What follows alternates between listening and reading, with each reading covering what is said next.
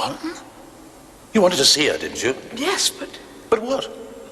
Well, why doesn't she look at us? Yes, dear. Why don't you look at us?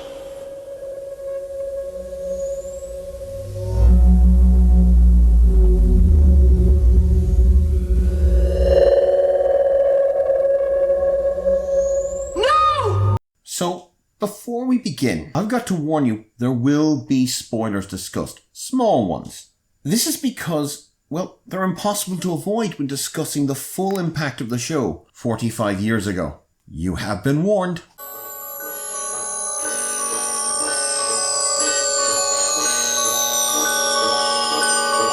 All irregularities will be handled by the forces controlling each dimension. Transuranic heavy elements may not be used where there is life.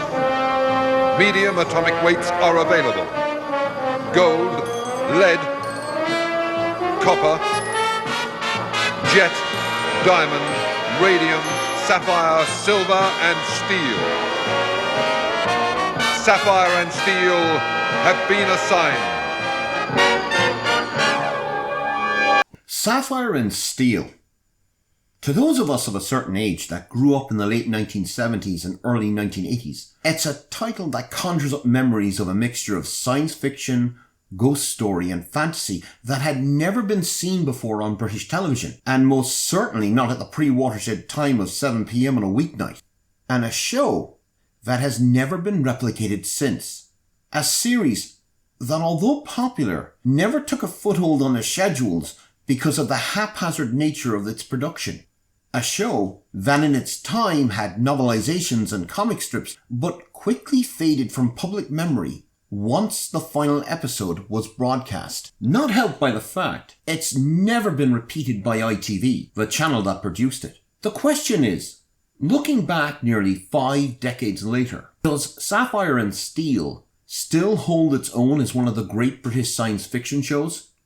Or with time, have they slightly tarnished?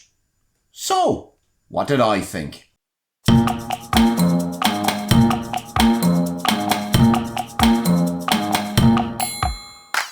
Sapphire and Steel, played by Joanna Lumley and David McCallum, are 2 alien interdimensional operatives assigned to protect this reality against the dangers of time itself. Now, to understand how Sapphire and Steel came about, you first have to understand the state of British television in the late 1970s. ITV had dominated the ratings with soap operas like Coronation Street, endless light entertainment shows, imported American dramas and sitcoms, culminating in 1978 with ITV snatching the BBC's top comedy stars, Morecambe and Wise. I must say, ladies and gentlemen, it's a great pleasure to be here talking to you and not where you are watching us. He's a lad.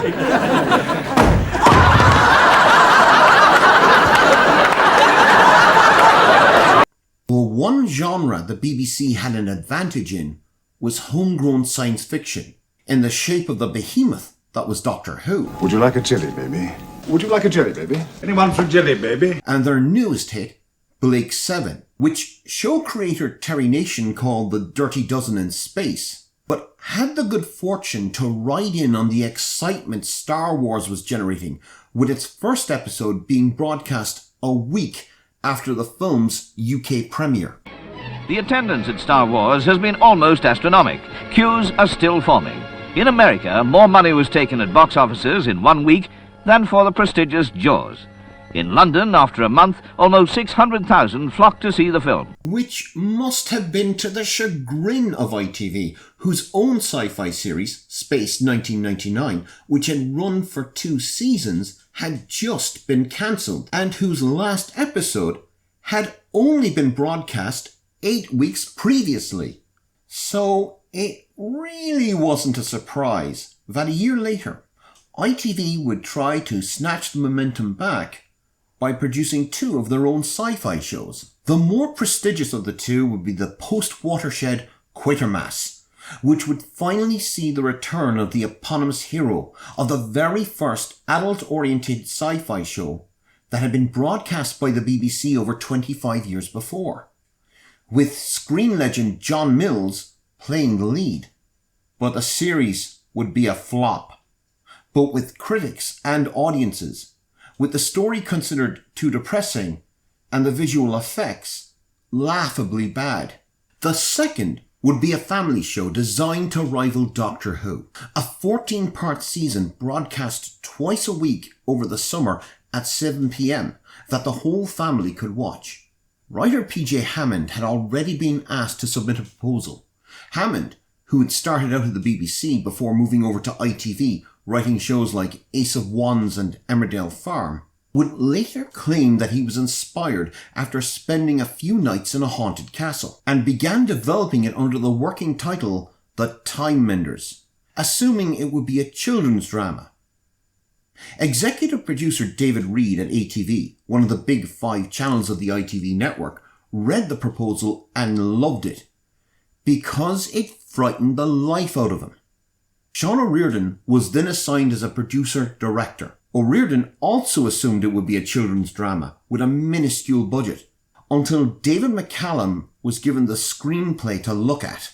McCallum was a genuine star of film and television who, after the cancellation of The Man from U.N.C.L.E., had starred in the classic BBC wartime drama Caldits, a show I shall be covering in a future review, before returning to America to star in the short-lived Invisible Man. But now, McCallum was back in England, and after reading the screenplay, immediately signed on, quickly followed by Joanna Lumley, who signed up as Sapphire. Lumley, a Bond girl, had just come off 2 seasons of The New Avengers as Purdy, a role so iconic in the mid-70s, they named a hairstyle after her. Unfortunately, ATV didn't increase the budget, limiting what O'Riordan could do as a producer. But with 2 recognisable names now cast, Sapphire and Steel was moved to the 7 p.m. slot, and with the stars cast, Hammond was more adamant than ever. The show would have no spaceships, no ray guns, no men in silver suits. This would be all about atmosphere, fear, and very creepy stares. A far cry from the Jedi Knights, Galactic Empires, and your usual friendly doctor, as the audience was about to find out. Shh! Whatever you do, tell everybody about it. And mind the steps. Oh! Robert Stephen Jardine, Yes? you asked for help I did, yes. and then unlocked the door. It was quick.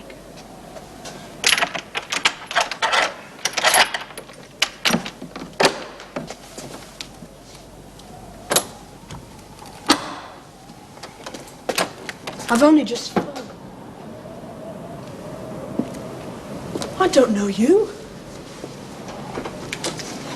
Only the policeman at the point. The policeman at the point isn't coming. After all of the clocks in the house stop, and his parents disappear while reading a nursery rhyme to his younger sister Helen, schoolboy Rob Jardine calls the police. But instead of the local Bobby turning up, it's a man and a woman, known simply as Sapphire and Steel. In Assignment 1, all Sapphire and Steel stories have assignment numbers, not titles.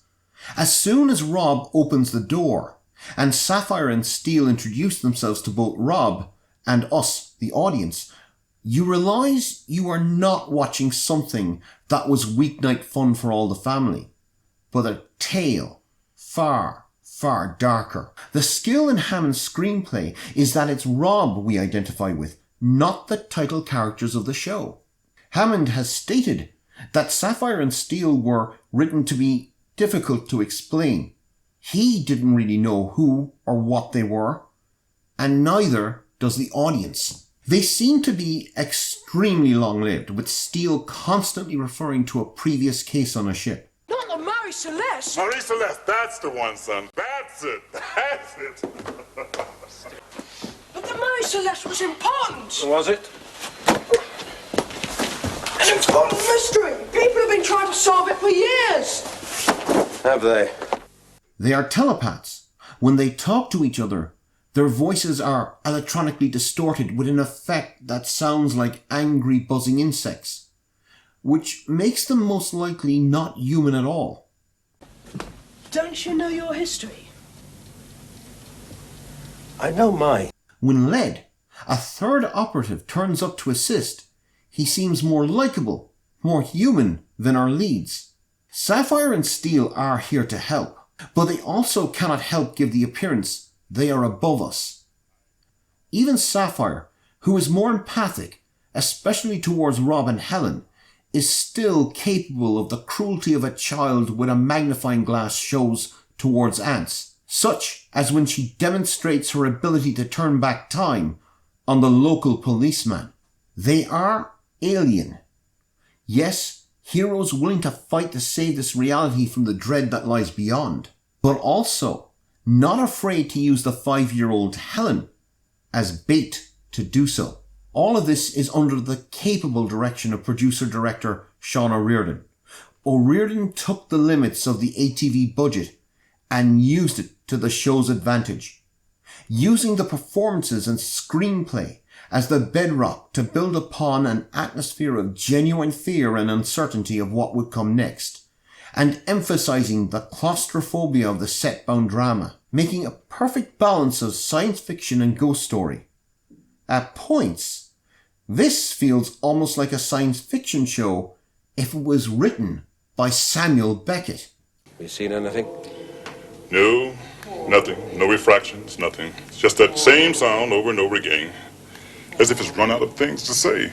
Even with its conclusion, Hammond manages to avoid a pat-happy ending other shows would have gone for. Yes, the forces of good have triumphed, the only assignment in the entire series in which there would be no questioning of the cost of victory. Even as Rob and the audience are left to wonder at what we just witnessed and question, did that really happen? We forgot something. What? This. By the 31st of July, Sapphire and Steel were established, getting good viewing figures at its time slot as it began the second half of its run with Assignment 2. The tale of a parapsychologist, George Tully, who, while investigating mysterious occurrences at an abandoned train station, but then... ITV technicians want a 25% rise or they'll strike. Network bosses tell them it's 15% and no more. Screens could go blank from tomorrow. With rates of inflation in 1979 breaking 14%, ITV staff unions demanded a cost of living pay rise. A pay rise the network would not give. And by August the 10th, ITV was off the air and would not return until the strike ended on the 24th of October, a full 10 weeks later. Good evening, again. It's good to be back again, so let me simply say, let's get on with it. This caused chaos for the schedulers in a time before VCRs were common. Shows were forced to continue from where they left off, leading audiences to ask what the heck was happening. Soaps like Coronation Street attempted unconvincing recaps, but Sapphire and Steel had already broadcast 2 episodes of Assignment 2. So the decision was taken, instead of resuming transmission from where it was left off, Assignment 2 would begin again. Starting on the 30th of October, the eve of Halloween. A choice that would only add to the atmosphere of what many consider to be the greatest of all the Sapphire and Steel assignments. Sapphire, could you try to take time back? I could try, yes. Got to do it now, Sapphire, before it's too late.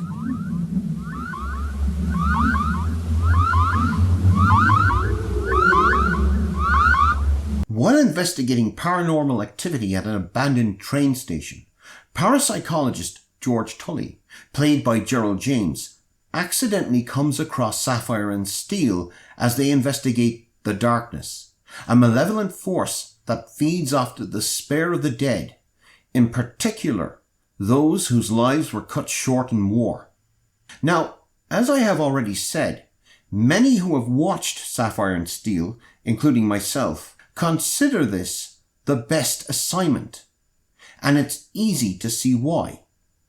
Once again, producer and director Sean O'Riordan and director David Foster used the limitation of the budget, the single set, and the small cast to their full effect. Sapphire and Steel was known for its, at times, glacial direction, but in this case, it works perfectly.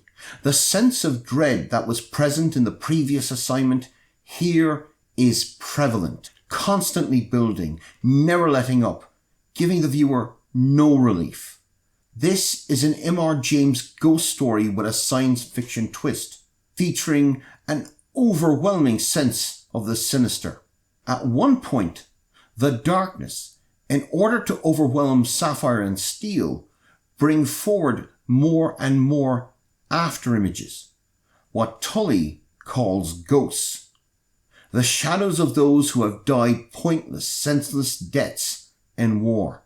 But unlike the creatures that live outside time that we saw in the last story, these are not malevolent in nature, more desperate, in particular their leader, Private Sam Pierce, a man whose death at the very end of the First World War was futile and meaningless, and he just wants a second chance. We're going. When? Soon. We're all here now. We'll be going soon. Where? Exactly where will you be going? We're going to live again. It is the darkness that is truly evil, forcing Steel to go through the suffering of each man's death. Sapphire, the pain Sam Pierce's love felt as he left forever. Special mention has to go to Gerald James as George Tully. In the previous assignment, Rob may have been a young boy, unsure, but still willing to confront the evil. Here, James plays Tully as a scared, frustrated little man, intelligent enough to work out some of what's going on around him, but whose life has amounted to nothing. And a man who we discover through Sapphire has very little time left to live. All of this leads to the sense of unease, the sense of failure, of loss, which results in an ending that nearly 50 years later still resonates with an audience. Steel realizes that the darkness is too powerful and it's growing stronger. In one disturbing moment, it easily takes control of Sapphire. And so instead, Steel decides to make a bargain. He can give the darkness something it has never had before, to be able to feed off the resentment of a living being. For exchange of all of your dead, we give you one of the living, someone who is due to die in approximately 5 years' time. The time of death is not estimated, it is known, it is recorded. Take him now and you will have the amount of resentment I promised you. Not from him, he doesn't matter.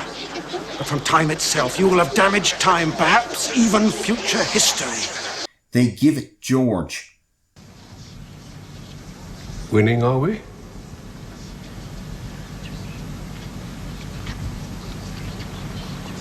Yes.